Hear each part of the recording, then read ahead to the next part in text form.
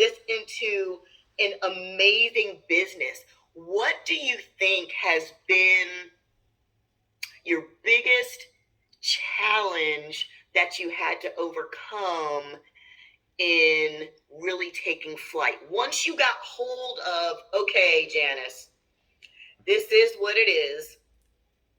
I know that, I've got to do some shifting. I've got to take a look at self. What was really the hardest thing about this journey for you?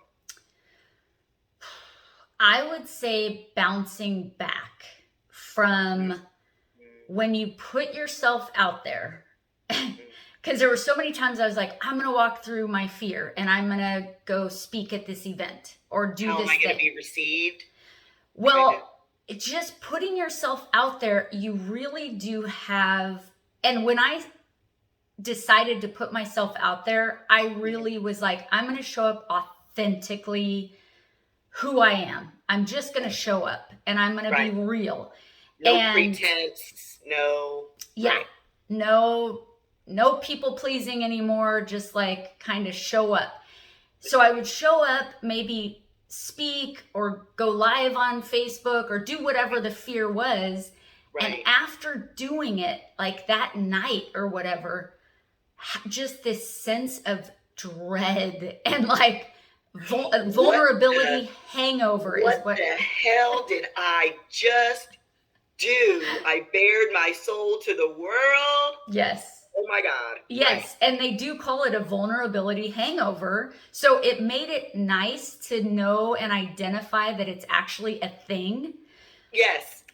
So now, yeah, I can encourage other people because some people say, oh, when they step out and they speak their truth or just show up authentically and they're not used to doing it, it can be terrifying. And you have that feeling of like, what did I just do?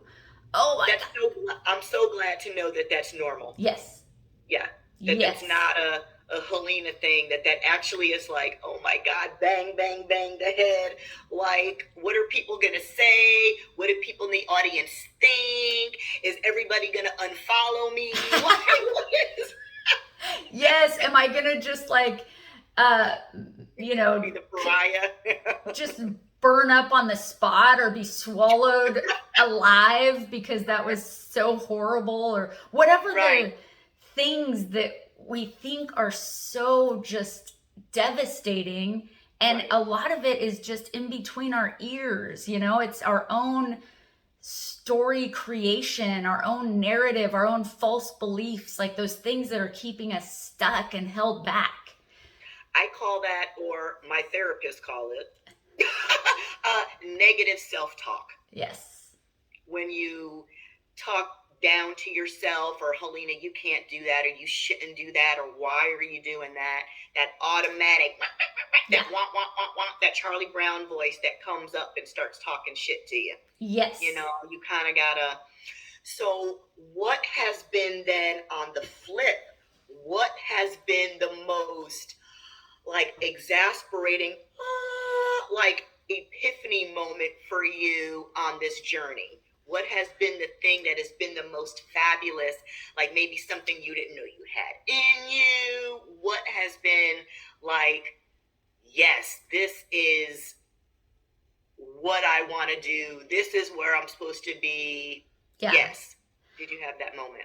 Yes. And it happened during actually a hypnotherapy session that I was in. And I remember just feeling, because they put you in the state of just deep relaxation. Mm-hmm. And I've done several throughout the years, and many of them have been hugely transformational for me because it goes into my subconscious. And I'm able to kind of see the blocks, the fear, the things that were holding me back, and visualize who I want to be, my highest self. So I've done all that with hypnotherapy, and it's been like amazing. But the best one was this time where I felt so much peace And I think my highest value in life right now is peace, is that feeling of just inner tranquility, calm. It's not chaotic. It's not confusing. It's not sad. It's not mad. It's peace. And for me, there has been no better, more impactful feeling or state of being that I have experienced on planet Earth to this point Right. than that feeling of complete and utter peace and contentment and tranquility. So that I will have to say, it's not, I've been on stages, I've done these things, I've run a Right. marathon, bodybuilding competitions, and beauty pageants when I was just like a month ago. I was like 45 years old doing my first beauty pageant. Oh, girl, So- I love it. And all of that stuff is great, and it's fun, and it helps me walk through my fears. It helps me become more confident. New Janice. It helps with that stuff, but ultimately it's just the peace that I am searching for, that I am embodying as I can. And, so going back to meditation and sitting in stillness, that is my favorite thing, and the thing that's been most surprising, I think, about this whole journey.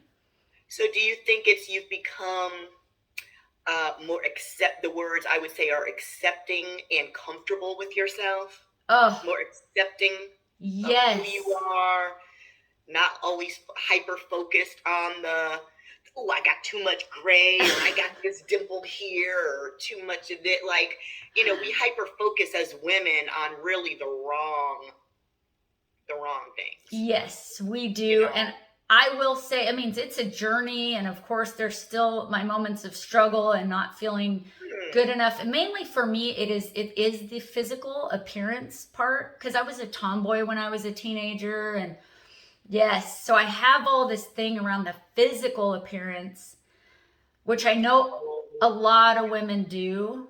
You are speaking like, are we sisters from another mister? Like, you're Probably. speaking my whole language.